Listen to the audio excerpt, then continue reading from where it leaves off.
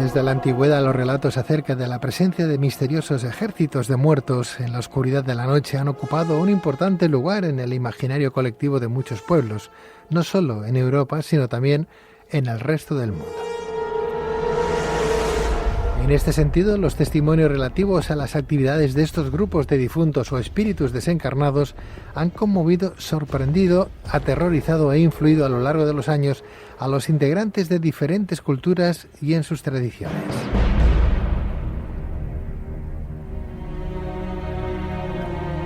Asimismo, en todas las sociedades humanas se ha guardado siempre un gran respeto hacia los difuntos y el enigma que supone el viaje de sus almas hacia el más allá. Pero ¿cómo se explica en las diferentes tradiciones y culturas el viaje que emprenden las almas hacia otra dimensión? ¿Cuál es el tipo de recorrido que llevan a cabo? ¿A qué tipo de juicio se somete el alma de un fallecido según la tradición egipcia? ¿Qué representa el Hades en la cultura griega? ¿Cuál es el concepto del purgatorio en la fe cristiana?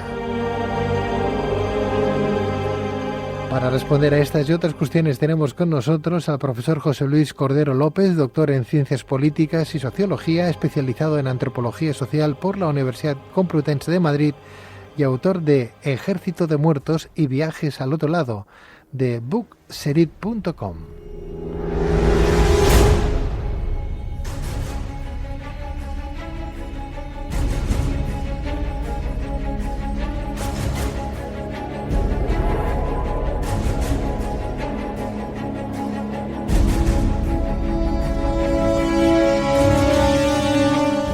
Damos la bienvenida a don José Luis Cardero. Profesor, muy buenas noches, doctor.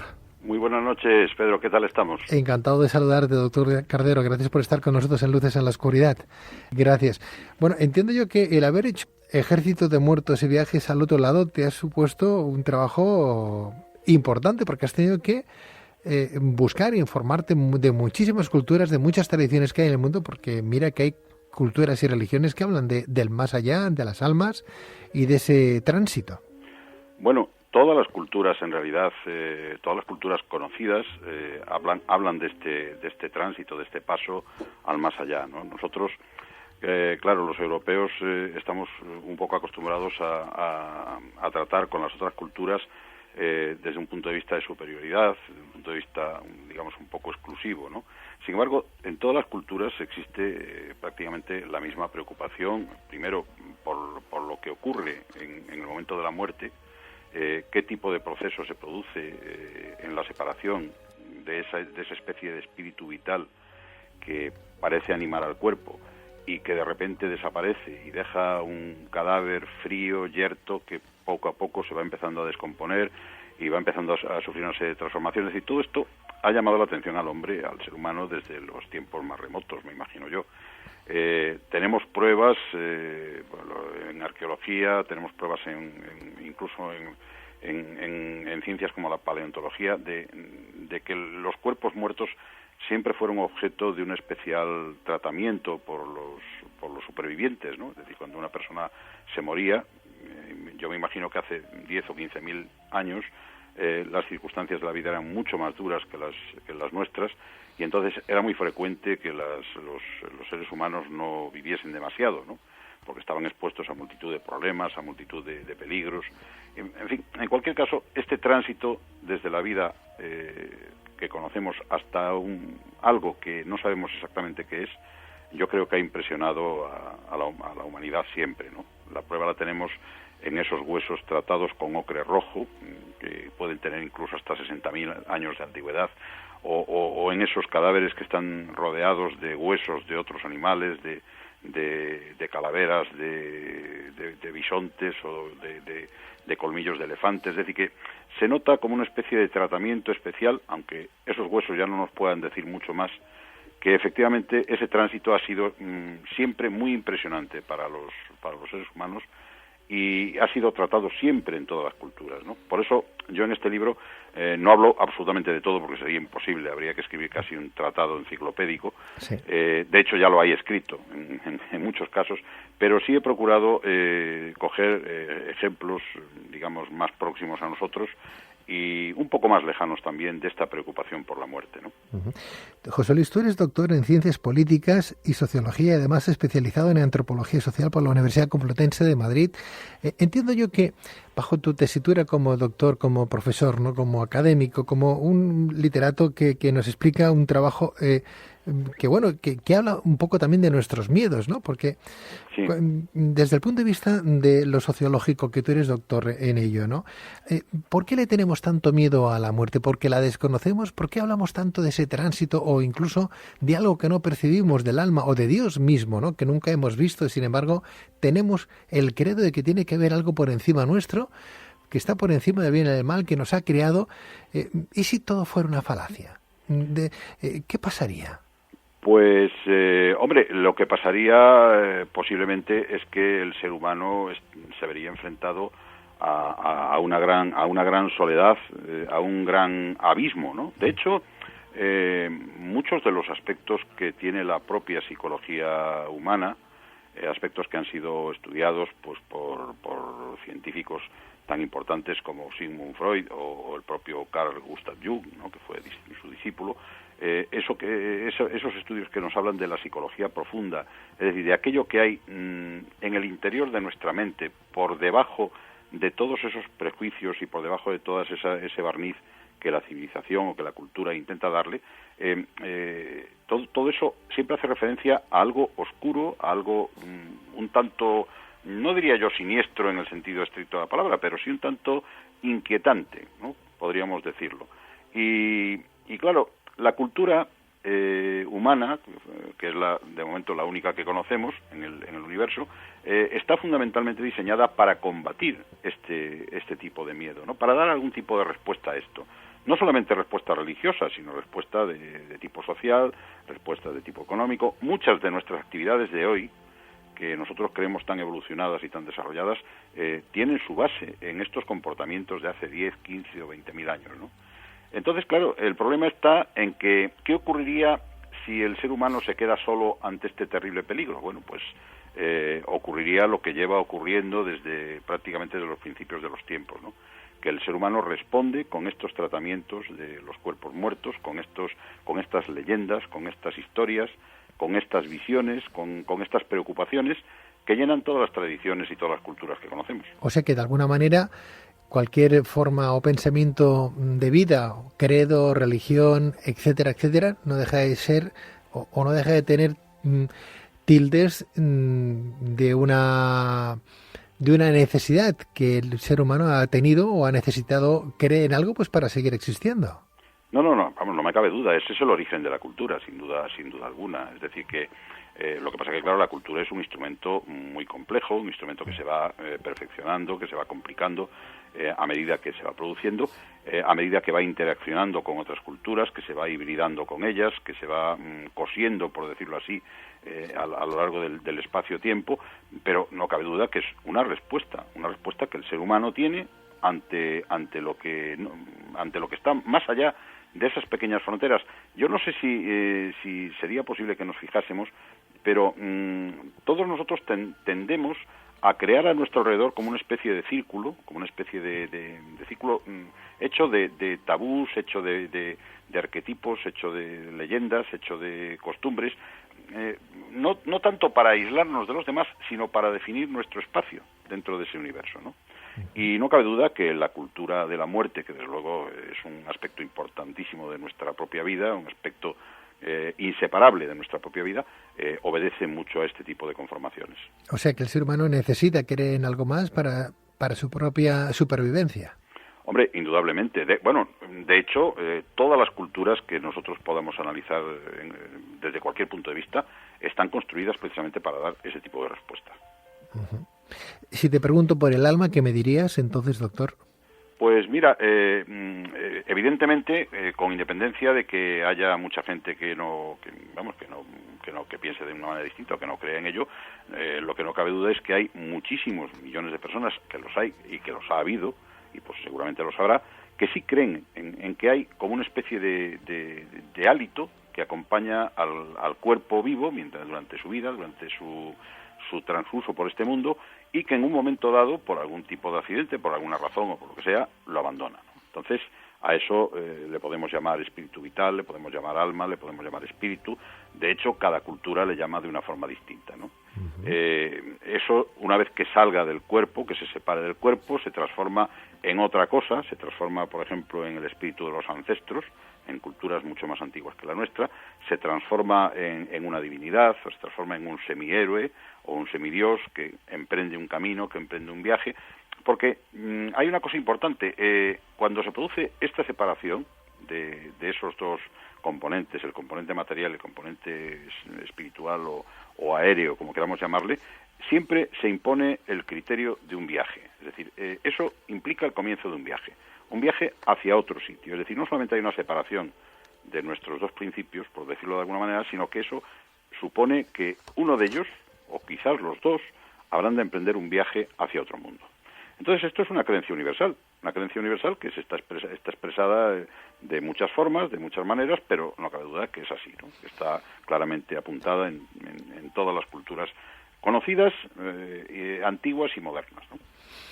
Es curioso porque esa necesidad, incluso a los científicos ya le han dado peso. Creo que son 21 gramos, que es lo que pesa en sí el propio alma, ese espíritu, esa esencia que tenemos divina, o no, pero en este caso es divina, ¿no? Que nos ha dado ese aliento para poder seguir viviendo. Al menos así es lo que viene, de alguna manera, indicado en diferentes tradiciones. Es más, cuando hablamos del alma, en el propio Islam, es curioso porque en este Islam las etapas del tránsito que las almas de los difuntos han de realizar en el más allá tienen ciertos parecidos con el culto católico, ¿no? Por ejemplo, existe un lugar, creo, de espera y purificación, creo que es el Barzaj, donde aguardan los creyentes que necesitan aliviar el peso de sus faltas ante el juicio final. Algo muy parecido a lo que hemos tenido aquí o lo que tenemos con el purgatorio los católicos. Bueno, sí, y no solamente en el Islam, en otras culturas, digamos, un poco más separadas de la nuestra, ¿no?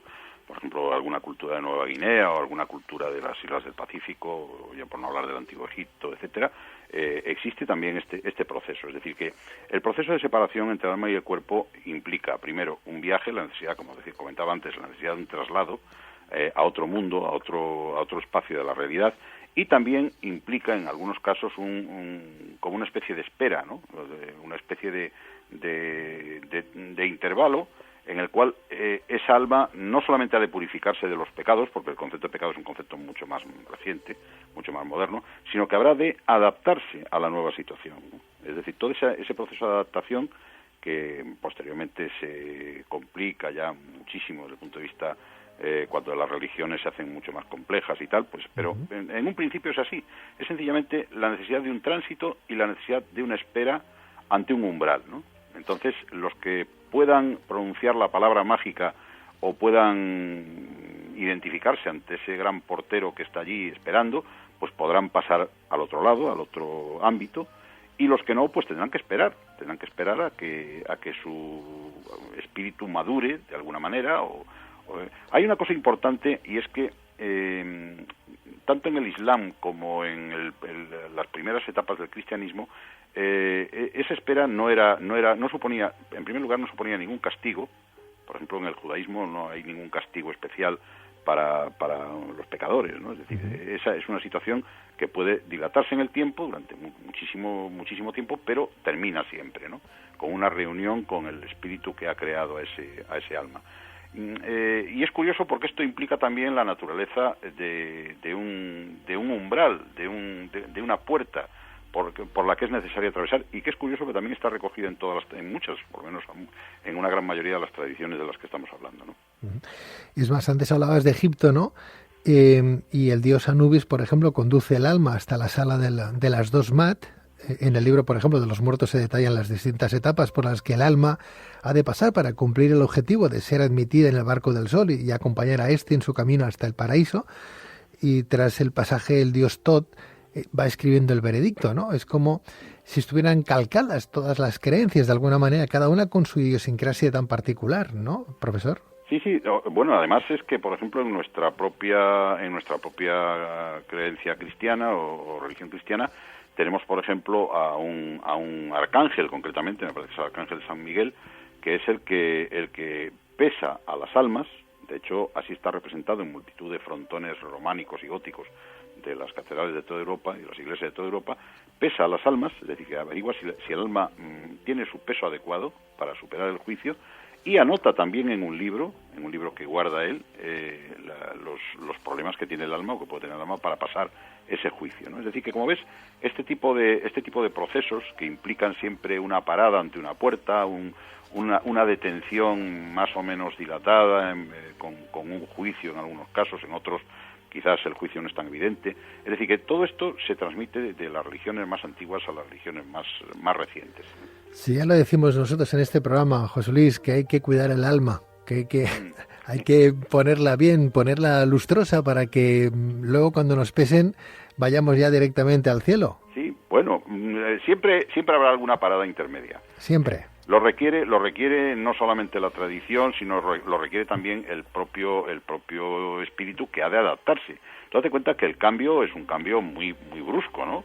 Las propias tradiciones lo recogen así, es decir, uno de los principales inconvenientes que existen en estos casos, y de los cuales se derivan todas estas historias de los ejércitos de muertos y de los muertos que regresan y todo, en fin, toda esta cosa se deriva de ahí, es precisamente las dificultades que algunos espíritus, algunas almas tienen de adaptarse a su nuevo estado, ¿no?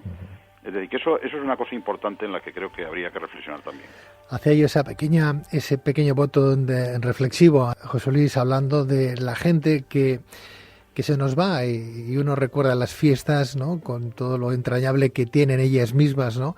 Pero a veces nos olvidamos de la gente que ya no tenemos. Algunos sí, ¿no? Algunos se acuerdan porque son fechas que son tan señaladas. Durante todo el resto del año son fechas señaladas cuando llega alguien, una fecha que nos hace recordar o mover por dentro a alguien que queríamos y que partió, ¿no? Solamente nos acordamos que de verdad somos nada y absolutamente nada cuando vamos y visitamos esos cementerios y vemos cómo vamos a acabar, ¿no? Sí, efectivamente. Hay que tener en cuenta que también este tipo de tradiciones se conservan desde la antigüedad, es decir, todo el problema de los calendarios, tú sabes que hubo, en fin, varios intentos de hacer un calendario, primero un calendario lunar, después un calendario solar, para medir el tiempo, ¿no? Es decir, para medir el tiempo de transcurso que transcurría en este mundo. Y había unos días que no había manera de incrustarlos o de ponerlos en ningún sitio, que eran precisamente estos días de finales de año, justamente estos días que transcurren entre el final del año, final del año astronómico, por decirlo de alguna manera, y el día de la Epifanía, ¿no? Estos 6 o 7 días que eran muy temidos en la antigüedad porque precisamente en estos días se abrían las puertas del otro mundo. Y entonces los espíritus podían circular con una cierta libertad. O sea, hemos dicho antes que hay un umbral, hay un lugar en donde las cosas se detienen entre un mundo y otro, pero en estos días se celebraron las famosas antesterias, ¿no? O las fiestas de romanas que eran equivalentes a ellas. Los espíritus podían entrar y salir tranquilamente, y siempre había un cierto, no solamente el recuerdo, que es lógico, el recuerdo y el cariño de los seres que se fueron, pero también, y esto es una cosa que es bastante constante en todas las culturas, había una especie de temor, porque claro, cada uno tiene que estar en su sitio. Entonces, si los muertos vuelven de una manera incontrolada, ponen en un cierto peligro a los vivos, ¿no? Y entonces todo eso hay que tenerlo siempre muy controlado y muy calibrado. Porque, perdóname, José Luis, doctor Cardero, perdona, ¿es cierto que desde hace mucho tiempo en las tradiciones y leyendas de Europa se habla de la existencia de unos aterradores ejércitos de almas nocturnas que provocan el terror entre los caminantes nocturnos? Sí, por supuesto que sí. Eso es muy antiguo. Desde las famosas leyendas vinculadas con el infierno germánico, nórdico, que el famoso Hel, ¿no?, donde estaba Hela, la diosa de los muertos, en fin, la diosa Hécate, que era una diosa que se aparecía en las encrucijadas y que se apoderaba de aquellos que encontraba, o de los muertos que iban con ella y que arrastraban hacia el más allá a todo aquel que encontraban por el bosque. Es decir, desde el principio de los tiempos hubo una clara división de los espacios y de los tiempos, el día y la noche. El día pertenecía a los vivos, la noche pertenecía a los muertos, a los difuntos, ¿no? Y todo aquel que vulnerase este orden no escrito, pero sí sugerido por las tradiciones, pues se podía exponer a tener muy malos encuentros, ¿no? Entonces, de esto está lleno la mitología, las tradiciones, las leyendas, los cuentos que todos hemos oído, se basan en este tipo de leyendas, ¿no? Pues doctor Cardero, José Luis, aquí solamente me ha faltado una cosa en este magnífico libro que tengo tuyo yo aquí en mis manos. Ah. Solo me ha faltado una cosa, que me lo hubieras dedicado. Bueno, pues con muchísimo gusto te lo dedicaré la próxima vez que nos veamos. Eso está hecho. Cuando tú quieras. Pues profesor, muchísimas gracias por acudir a nuestra llamada, gracias por tu excelso trabajo, que seguramente será una retahíla de trabajos como los que ya vienes haciendo, porque yo me leí El Sol Negro y me leí el último, Las Reliquias, también, que tenía que ver algo con tu trabajo, porque creo que Miguel Zurita también trabaja contigo de alguna... Bueno, escribís en la misma editorial, ¿no? Sí, estamos en la misma editorial, sí. Pero yo me quedé con tu trabajo El Sol Negro, que escribiste hace un tiempo y que me encantó. Sí, pues bueno, lo celebro mucho. Es un pequeño relato que yo creo que sorprenderá a la gente que se lo lea, porque no es demasiado extenso, tampoco requiere mucho trabajo de lectura, pero yo creo que sí sorprenderá a aquel que lo aborde. Gracias por estar con nosotros y hasta cuando tú quieras, José Luis. Muchas gracias a vosotros. Un saludo muy cordial. Igualmente, buenas noches. Adiós, buenas noches.